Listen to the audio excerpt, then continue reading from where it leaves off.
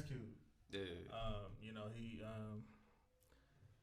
been an interesting week or two for somebody the black community is held in such a high regard, who I thought would never be in no conversation like what I've been hearing lately, which is basically, should we be canceling Ice Cube because he had a quote unquote meeting with Trump, even though it wasn't actually Ice Cube, if I'm not mistaken. I believe it was people from his team, and he was presenting the Platinum Plan, something that him and a bunch of other black scholars put together with him, including Dr. Boyce Watkins, I believe. Right. So people heard Ice Cube, people heard Trump, and they Twitter, of course, Black Twitter to be specific, went through the roof. D, I seen how adamant you were. I actually think I seen about it first. It might have been through you, or you probably were the first one that I seen that was like y'all niggas trying to cancel Ice Cube or something like that.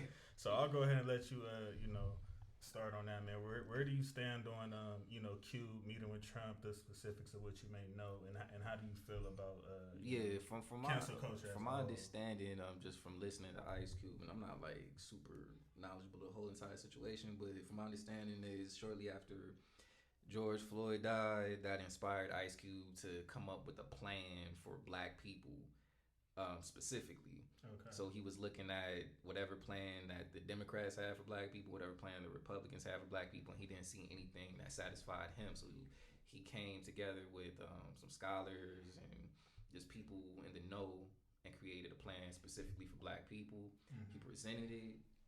I believe he said the Democrats and the Republicans reached out to him about it, but the Republicans, but in this case, I guess the Trump administration, they were the first ones to say, all right, we'll try to implement some of this. What he said was that the Democrats told him like they'll deal with him after the election. Exactly. And Trump was willing to deal with him. Right.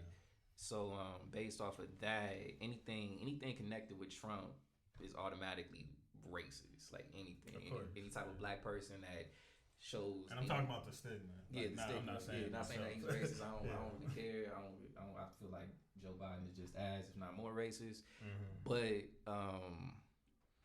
we ain't canceling Ice Cube for nothing. Like, not for that. Hey, I'm with you, bro. I ain't gonna say it like that. Not for that. Not for that. I don't think that was enough. If there was ever a situation where I was gonna be like, bro, we are not messing with you. I would say that wasn't enough. My only criticism, he's done too much. Yeah, like to this point, to write him off. He wrote the song "Fuck the Police." Like, my only criticism of Ice Cube, if anything, and I'm not in any position to criticize Ice Cube, but if anything, is to think that we can get what we need as black people by appealing to the Democrats or the Republicans when we have literal centuries of patterns and behavior and proof that they don't fuck with us in the long run. They fuck with us as a means to an end to get what they want, but when it comes to actually creating policies that benefit us in the long run, they just won't do it. So for him to think that simply coming up with a plan and presenting it was going to make them, have like a light bulb moment, like, oh yeah, you're right, we need like that. I don't think that. So it is unfortunate that him doing that. I feel like even though it came from a good place, he actually and really he became a pawn for the Trump administration. That's what it appears. And it's just created a whole bunch of confusion amongst the black people. But I feel like it's a lot of sensationalism going around on social media. But never cancel Ice Cube over. I would cancel Ice Cube for perform We Be Clubbing on Nickelodeon before this. Yeah, I mean where I'm at with this, like like I said earlier, like Cube, he's done way too much. Like, I mean, especially for us, being are you from where are you from? Gardena. Okay, so for all of us being from LA, Cube probably was like the beginning of the rest of the world seeing what goes on in the poverty-filled neighborhoods of where we come from. Like, like from his work with NWA, because he was writing most of that stuff. You know, like the F the police and you know his words on Straight Outta Compton. You know, even the Boys in the Hood film. Like you know, I mean, we were probably all born around that time. Well, me and him were probably born around that time. But you know, from the impact I've seen from it, that Boys in the Hood was like the moment where like you know non-Black America took a look and was like, damn, like that's what y'all dealing with. Yeah, facts. You know, and Cube was a huge you know part of that. You know, not to mention him speaking out the way he has. You know, the like his following decades later, like you know, Cube is he's been on the front line. So you know, and even though I do feel like he's not, you know, I don't know, maybe it comes with age or you know, it does seem like he's not as articulate as he used to be, and I see a lot of Black people kind of coming at him for you know for that as well. I'm not really gonna go in him about that, you know. I mean, I honestly think Cube was at a place where like, look, I said what I said, it's out there, you feel me? Like I ain't got nothing else to prove, you feel me? I'm doing this and. You know, y'all can take what y'all take from it. Anybody who knows Ice Cube by now, after 20-some years in the game, you should know by now, like, he ain't folding for no popular opinion. Like, period. He's not folding because of what the mass is saying or what the majority's saying or what the next trend is. Like, I don't see that in him. However, I did see some video explaining his viewpoint on it, and ultimately, from what I understand and remember, like, it seems like he was just using an avenue that he knows he kind of needed to get the recognition for a project he wanted to pursue. Right. Some things you can't do without certain people, despite how awful, idiotic, ignorant, racist they are. Some things you can't do without certain people who are in certain powers, and he did just that. You gotta work your way within. He's too real to, I feel, from what I saw his interview responding to that, I didn't see it being malicious or him being a Trump supporter. Yeah, exactly. I saw him using an avenue that he knows he has to use in order to make it to the goals that he has planned, which is starting up certain programs, getting certain funding, getting acknowledgement in certain different things that he wants to do. Right. Sometimes you have to go down the road that you don't want to travel because we won't always get all the exposure through our avenues, which is true. Yeah, so to kind of, piggyback off of what you were saying, like, you know, you don't think him being, like, malicious or anything. That's kind of where I stand with it. Like, anybody that knows me, I'm big on intent more than anything else. Like, you know, as long as he didn't have, like, I don't see Cube as trying to be foul towards the Black community or, you know, and even with Trump, like, I'm not no Trump fan by any means, but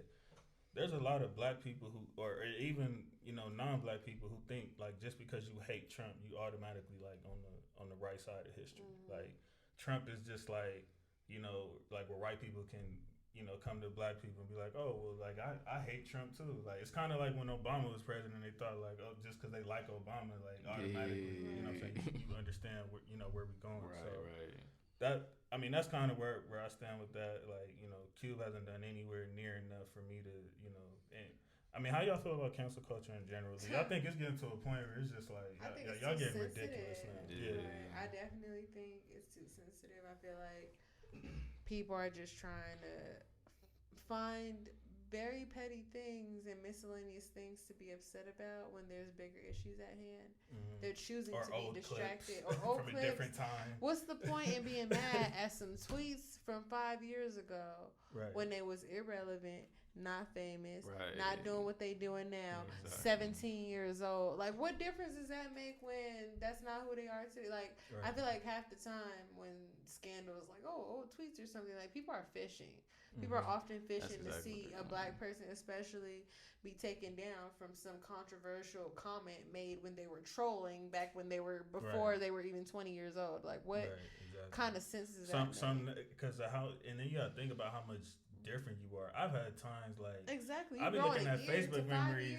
I've been grown the whole time that I've had Facebook, and I'll be looking at some memories from 7-8 years ago where I was like, nigga, what? Same. Like, I often delete stuff. I see stuff from 7 years. I'll be like, delete. All right, thanks for reminding me. Let's wipe that off the record because that's stuff is petty. Like, why even? You grow, especially since in the beginning, social media was on different stuff. Social media was just for entertainment in the beginning. Just entertainment and networking. Literally, that's it. It wasn't for politics. It wasn't for it wasn't for expressing opinions, major opinions. It was just for literal connecting with people that from the past or current and just entertainment. Literally. Then everybody got up in arms when it comes to comedians and cancel culture. I think it's ridiculous. Like comedians, especially black comedians, I think cancel culture is ruining it comedy. Absolutely in my opinion. Is. Because if you look at some of the funniest like dialogues we've seen from anywhere from Pryor to Bernie Mac, and I look at some of those now, I'm like, if he was to do that right now in 2020, so much would be oh my God, like you would have no career. Yeah, like, and that goes against like what comedy is. Like you gotta be able to go to those dark places. Yeah. And that's the thing. It's like people are getting so up in arms about very, to me, minuscule things when that's the foundation. The foundation of it all is satire, talking about what's going on in the real world and how ridiculous it is or how extreme it can be or how it's being exaggerated in different ways and taken out of context or blown out of proportion when in reality it's not that deep. Half the things that people are upset about are not that deep. Just Hilarious getting canceled for saying certain things. You're a comedian known for talking about controversial stuff, being funny, talking about stuff that people wouldn't usually be comfortable with laughing at on their own because they feel guilty about. I'm the type, I laugh at everything, preferably tragedy, because I just think we're too sensitive when it comes to certain topics. Americans, society, we're too sensitive around death. Personally, like that's a part of life. Why are we acting like we can't celebrate the fact that their existence? We too dwelled on the fact that it ended as opposed to the fact that it happened. It's just but that can go with a lot. Like I feel like it's really people who don't have much of a life to start with, are spending way too much time and energy. Investing in celebrities because like. Why are you so pressed about somebody talking about something, one, that doesn't apply to you, which is even funnier every time? Like, wait, but what they're talking about and joking about doesn't apply to you, so why are you mad? Second of all, why are you so sensitive about it when they're just speaking on something that may be talked about regardless? Stereotypes, for example. And then cancel in and of itself is like, what does that? How you cancel? What does that mean? How you cancel a person? You cancel them. Like how? Like, I think I've yet to see like other than like the serious situations like a Bill Cosby. Like I've yet to see somebody like successfully be canceled when they start yelling, "Oh, so and so's canceled." And also another thing, one of the last things I'll say about this, I think with cancel culture. I think sometimes, when we get enraged about certain stuff that these people say, we should be using them as teachable moments, especially when it comes to our people. We should have more like leniency, right? Like, and I know I go hard on some of them sometimes too, and I get upset and enraged, especially when it's regarding black women. And I'll give an example, like I don't know if y'all remember the B. Simone situation when her book, No, not even the book. It was when the protests and stuff were going on. That actually, I think, came in the aftermath because of what I'm about to get into right now. When she said, when the protests were going on for George Floyd, and everybody was kind of like looking in the mirror and seeing where they were at, from the big brands to just like taking a look in the mirror and saying like okay, like there's gonna be the right side of history, wrong side of history, like which way you going.